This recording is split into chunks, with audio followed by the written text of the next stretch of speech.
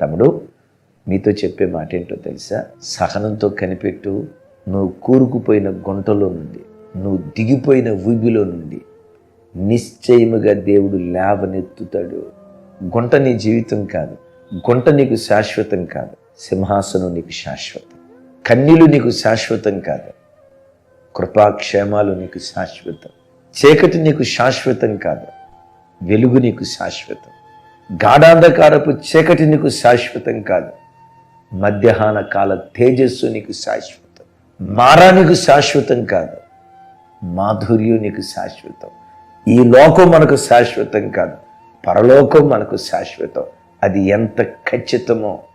చులకనగా ఉండే ఈ శ్రమలు కొంచెం కాలమే ఉంటాయి. ఆ సమయం వచ్చే వరకు దేవుని సన్నిధిలో కనిపెట్టు. శ్రమ నొందిన ఏండ్ల కొలది సమృద్ధిని దేవుడు నీకు అనుగ్రహించునుగాక.